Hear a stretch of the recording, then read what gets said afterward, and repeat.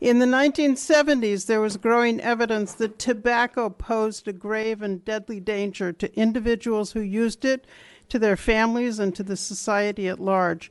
But politicians in tobacco-growing states pushed back hard against the science. Tobacco, they said, was central to the American way of life, and it was a source of steady profit in the states where those politicians lived. In my experience in this Alachua County community is that there are a large population of folks who are meat eaters.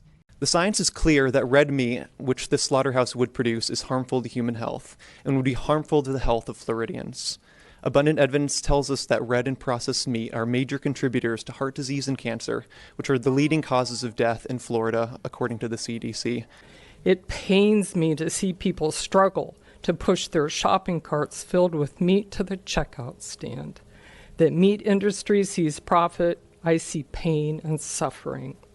A nearby slaughterhouse will tout that it is only giving the local population what it wants. The families that I have taught are meat eaters for the most part. As long as the population remains trapped in their current food and belief system, which encourages the consumption of animal products as a dietary necessity, the profits keep rolling in. I'm 71 years old. I've been a meat eater too, most of my life. My grandparents lived to be 100, 97, 93. They were all meat eaters. You know, I mean, there is value to what you offer, but just because some of you feel one way doesn't mean we all do. Sickness is big business.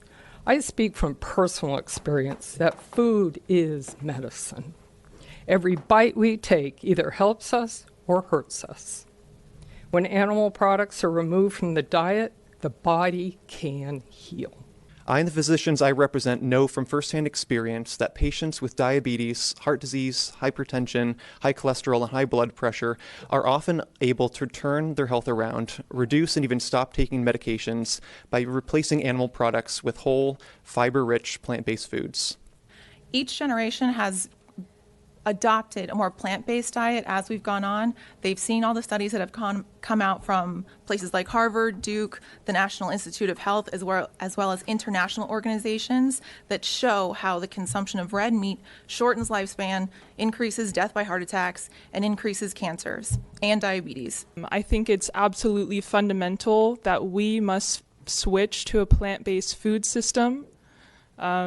This has been very evident based on research that suggests obesity, especially starting as early as childhood, is caused by eating and consuming animals and their products.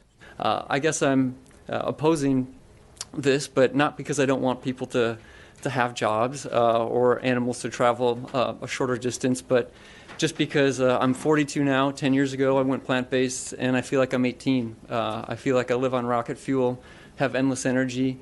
My mom followed as well, and she lost 60 pounds, got off all her medication. My dad begrudgingly did the same thing. Now he's as big as advocate as we are, had the same benefits. It would be your job then to educate the rest of the community and your children's classmates and their parents as to the value of being vegetarians.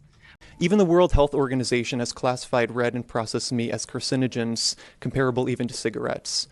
For those reasons, it's disappointing to see this project endorsed by county commissioners who are tasked with improving the quality of life for Alachua residents. I want you all to be able to help people as much as possible, and I think that would be moving more in a direction of promoting a plant-based lifestyle.